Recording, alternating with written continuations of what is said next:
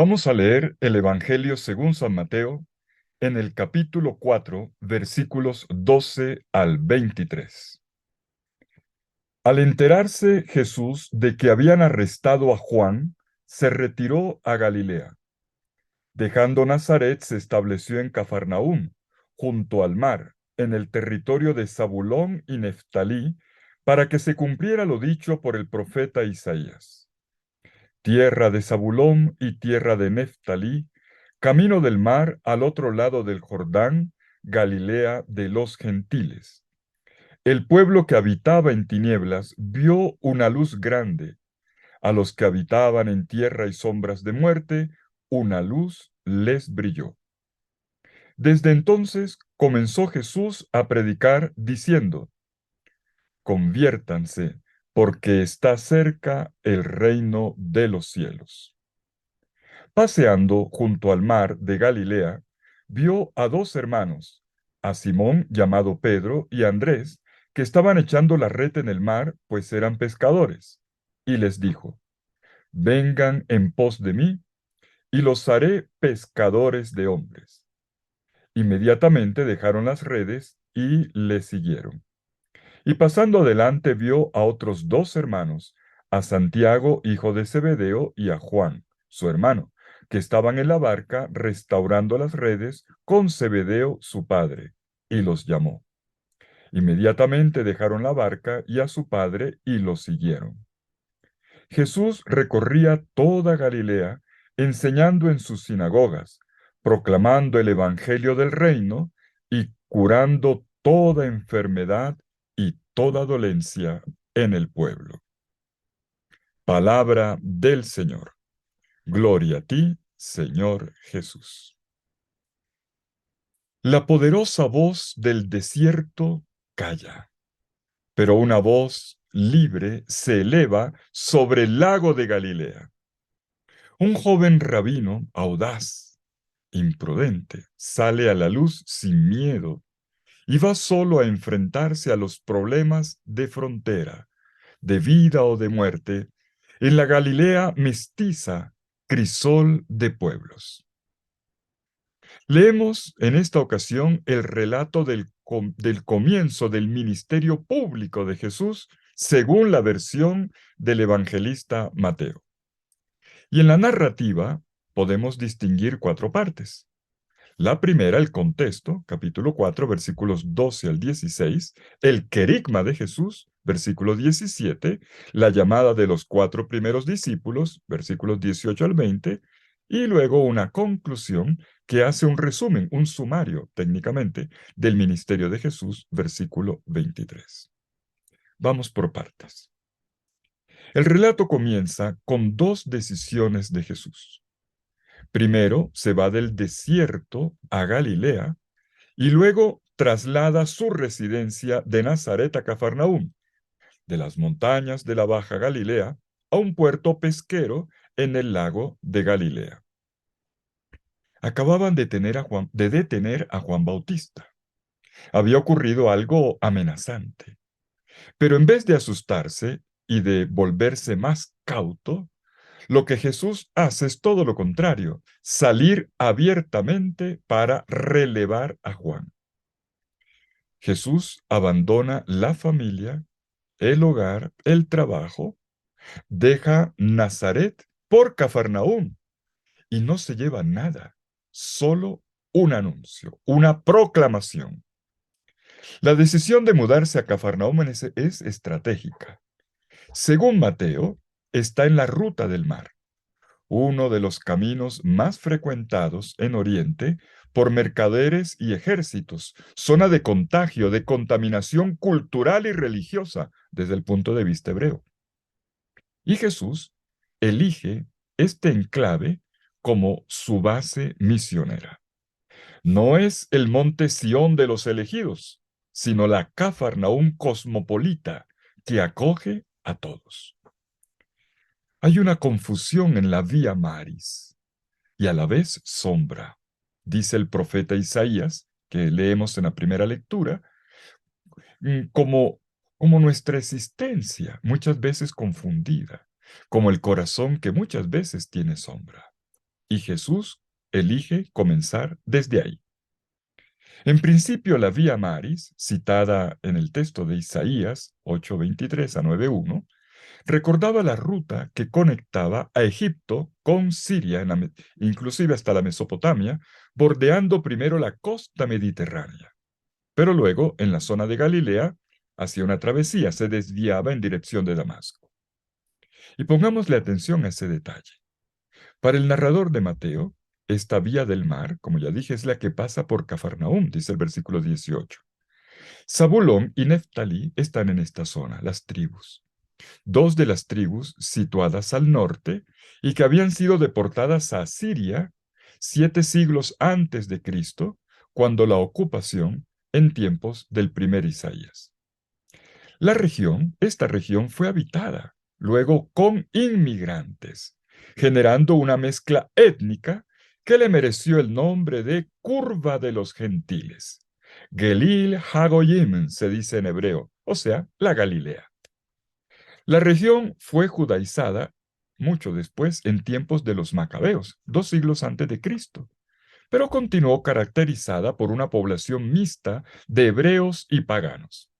No nos sorprende entonces que en Galilea hubiera comunidades hebreas fuertemente helenizadas y de lengua griega. El narrador de Mateo hace de este contexto social también un contexto teológico, basándose en una profecía, la que ya citamos, de Isaías. Y el texto profético lo enuncia como cumplido. Tierra de Zabulón, tierra de Neftalí, camino en el camino del mar, Vía Maris. Al otro lado del Jordán, la Galilea de los gentiles. El pueblo que yacía en tinieblas ha visto una gran luz. Para los que yacían en región y sombra de muerte, una luz les ha amanecido. Bueno, es la luz del Mesías. Él viene como una gran luz para todo el pueblo. Pero avancemos ahora a la segunda parte, el querigma de Jesús, su proclamación. Jesús empieza donde se detuvo Juan.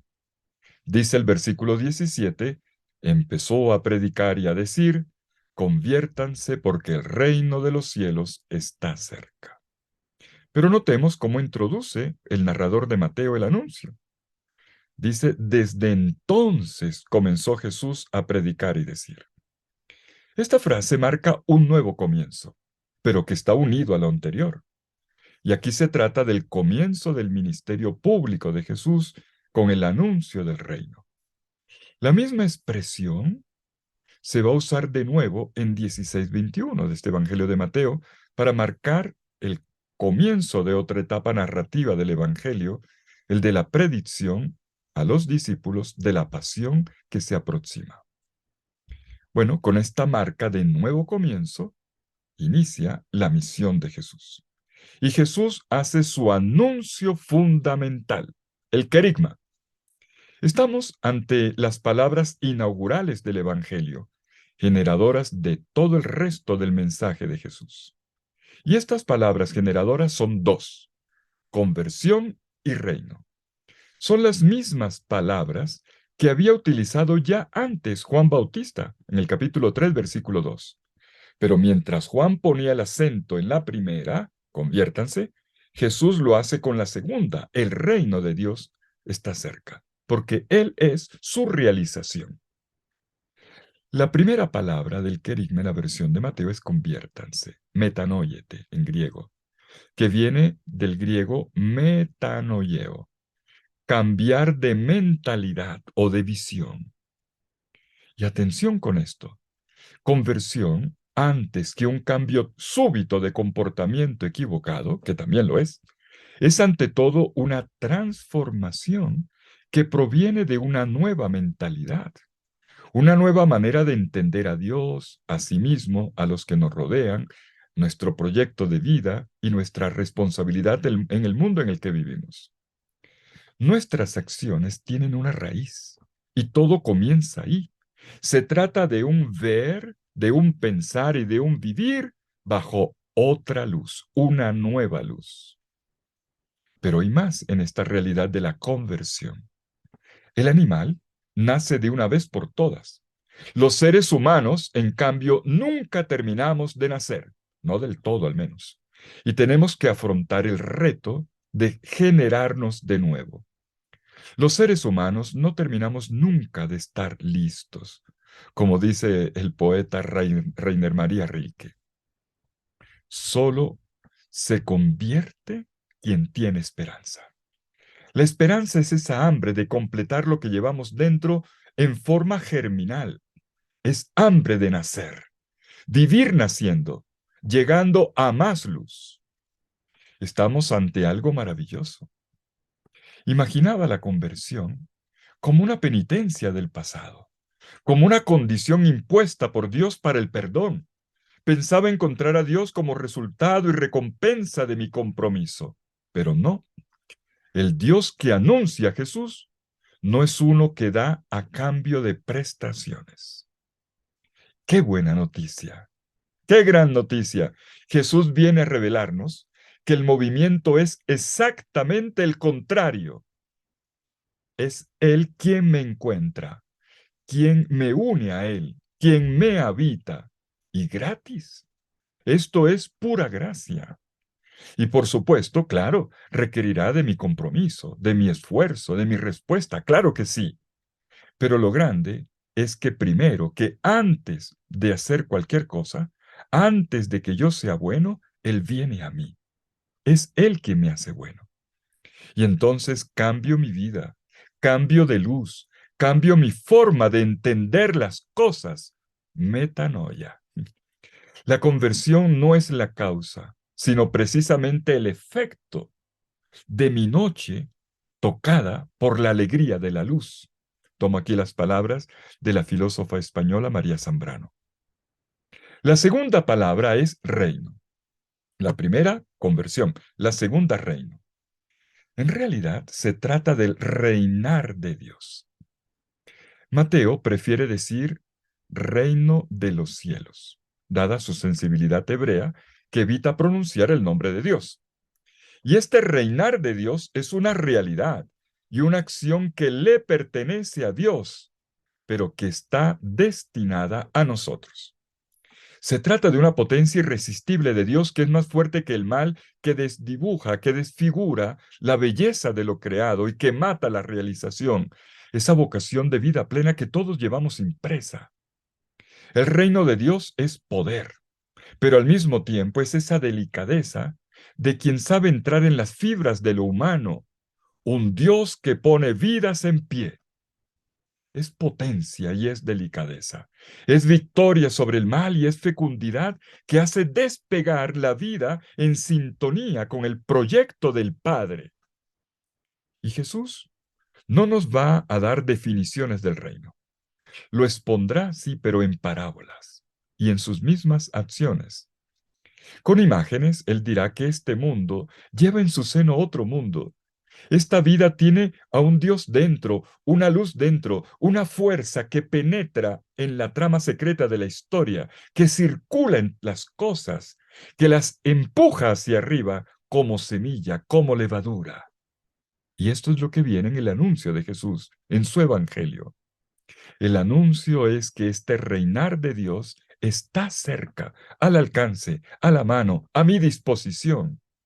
Es un ofrecimiento que Dios me hace de cada uno, de cada uno de los que escuchamos este anuncio. Va a depender el recibirlo o no, el abrirle las puertas del corazón o el mirar para otro lado. Y las dos palabras, conversión y reino, ahora se juntan. Dios viene con el florecimiento de la vida en todas sus formas. El reinar de Dios es el mundo como Dios lo quiere, finalmente libre de engaños y de violencias, más hermoso que todos los sueños, más intenso que todas las lágrimas de los que vivieron y murieron en la noche para reconstruirlo. Y entonces, conviértete. Es decir, celebra la belleza que nos mueve desde dentro. Dirígete a la luz, porque acaba de ocurrir algo importantísimo. La luz ya está aquí. Dios está aquí como una fuerza que circula, que no se detiene, como una levadura que fermenta o como una semilla que germina. No es un mandato, sino un ofrecimiento. Es como si Jesús nos dijera, en el camino que les muestro, el cielo es más azul, el sol es más hermoso, el camino es más ligero, despejado y libre, y lo recorreremos juntos, mano con mano, cara a cara. Pues bien, estas son las palabras fuente, que brotan como de un manantial desde el corazón de Dios y por boca de Jesús. Este es el mensaje generador del Evangelio. Dios ha venido y está haciendo una obra aquí, entre las colinas y el lago, en las calles de Cafarnaúm, de Magdala, de Betsaida, de Baranoa, de todos los pueblos del mundo. Este es el poderoso anuncio de Jesús. Lo escuchas y te encuentras creyendo que la felicidad es posible, está cerca. Y veamos ahora la tercera parte. Jesús camina, pero no solo. Le encanta la calle y el grupo, pero inmediatamente llama a otros para ir junto con él. Y lo hace con dos parejas de hermanos. Primero llama a Pedro y a Andrés, luego a Santiago y a Juan. Y notemos lo que ocurre. Mateo delinea cuidadosamente cuatro verbos de la vocación. Dos son de Jesús, ver y decir. Una palabra cuyo contenido será síganme y los haré llegar a ser pescadores de hombres. Ver y decir. Y esto se resume en otra palabra, llamar. Kaleo en griego, llamar. Los otros dos verbos son de los pescadores, es decir, los verbos de la respuesta. Dejar y seguir. Abandonar y seguir. Resuena el verbo más enfatizado al final. Es el verbo seguir, akoluteo, en griego. Síganme, dice Jesús, y le siguieron. Los llamó y ellos le siguieron. El llamado es claro y directo, y la respuesta inmediata. Es así como comienza el discipulado de estas dos parejas de hermanos sacados del mundo de los pescadores. Pero repasemos brevemente estos verbos. Lo merece, ¿eh? Primero, ver. La mirada de Jesús es creadora, es profecía. Me mira y en mi invierno ve el grano madurando, una generosidad que no conocía, una melodía que no escuchaba, mi hambre de nacer. Jesús me mira y en su mirada yo descubro para mí una luz de horizontes más grandes. Segundo verbo, decir. Y entonces les dice, vengan detrás de mí. Caminen detrás de mí. Háganse mis discípulos. Deutohopisomú en griego. Quiere decir, déjenme ir delante y caminen conmigo poniendo su mirada en mi estilo de vida, en mi ruta, poniendo sus pasos en mis huellas. Es un caminar que escucha y contempla, pero que comparte el destino de Jesús. Jesús me llama y me une a su misión. Es lo que ha hecho aquí. Llama y una sumisión a pescadores que descubren que dentro de ellos no solo están las rutas del lago o el camino a casa después de cada faena diaria, sino que para ellos está dibujado el mapa del cielo, el mundo, del corazón humano. Y aquí está la conversión, la apertura a un nuevo horizonte que va más allá del espacio reducido del lago. Esta llamada y esta respuesta se entiende en la versión de Mateo, teniendo en vista lo que se ha dicho primero sobre el mundo de luz y tinieblas de la Galilea y también a partir del querigma que ya está resonando en boca de Jesús, porque esta es la respuesta. Los primeros discípulos son la imagen patente de cómo se recibe, cómo se responde al Evangelio, al novedoso anuncio de Jesús. Y ellos con prontitud abandonan las barcas y sus familias para entregarse al discipulado y a la misión, con libertad y por amor, dejando las pequeñas redes por una tarea mayor. Y en la llamada no solo hay una nueva amistad, hay una misión. Los haré pescadores de hombres. Esto es, congregarán a toda la humanidad para la vida. Sí, La llevarán de la vida sepultada a la vida abierta al sol.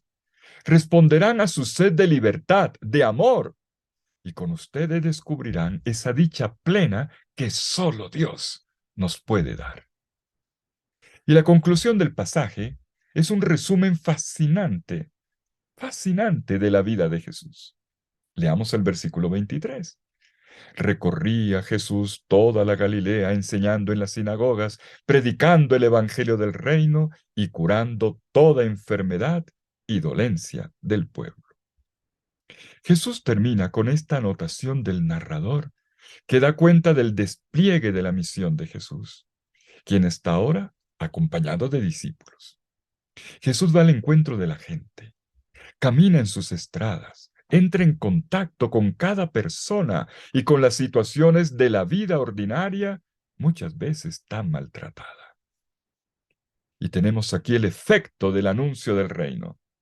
Jesús anunció el evangelio del reino y curó toda clase de enfermedades, de dolencias.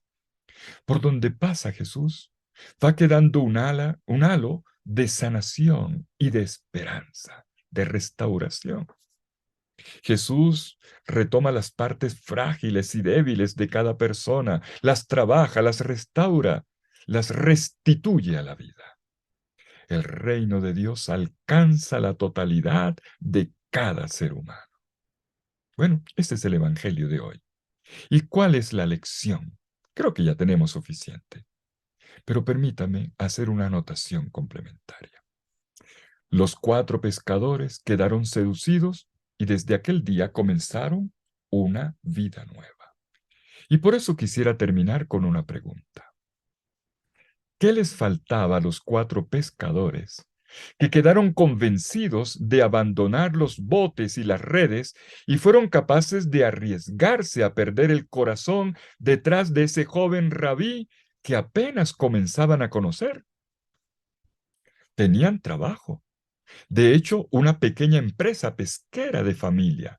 Tenían una casa, tenían una familia, tenían una sinagoga en Cafarnaúm, tenían salud, tenían fe, tenían un pueblo, tenían todo lo que necesitaban para vivir. Pero ¿qué les faltaba? Y no fue un mejor código moral, ni doctrinas más profundas, ni pensamientos más agudos, no. Les faltaba un sueño. Dice el Papa Francisco en la carta Evangelii Gaudium, que hay que leerla, muchas veces bonita, dice el Papa, nuestra tristeza infinita solo se cura con un infinito amor. Esa es la historia de toda vocación. Y el Evangelio es la clave. Es posible vivir mejor en todos los sentidos, comenzando desde dentro, porque su palabra responde a las necesidades más profundas de las personas.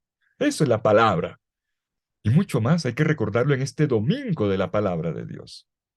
Porque cuando el Evangelio es adecuada y bellamente narrado, explicado, ciertamente responde a las necesidades más profundas de los corazones y pone a disposición un tesoro de vida y de amor que no engaña, que no decepciona. No es verdad. No es verdad eso que nos pasa. Pues sí, Jesús vino para darle vuelo a los sueños de la humanidad, para sintonizarlos con la salud del vivir, con el proyecto del Padre. ¿Y qué pasa entonces? Los pescadores sabían de memoria las migraciones de los peces, las rutas del lago. Y Jesús les ofrece el mapa del mundo y del corazón. 100 hermanos, el cromosoma divino en nuestro ADN, una vida indestructible y feliz. Y el mundo se les pone patas arriba. ¿Saben qué? No hay más peces que pescar en este pequeño lago. Ahora hay que salir para tocar el corazón de la gente. Qué hermoso. Hay mucha gente allá esperando. Hay mucha vida todavía por hacer crecer. Y 4 pescadores los siguen inmediatamente, sin saber a dónde los llevará, sin siquiera preguntarse. Ya tienen los caminos del mundo y el corazón de Dios dentro de ellos. Un tiempo nuevo ha comenzado.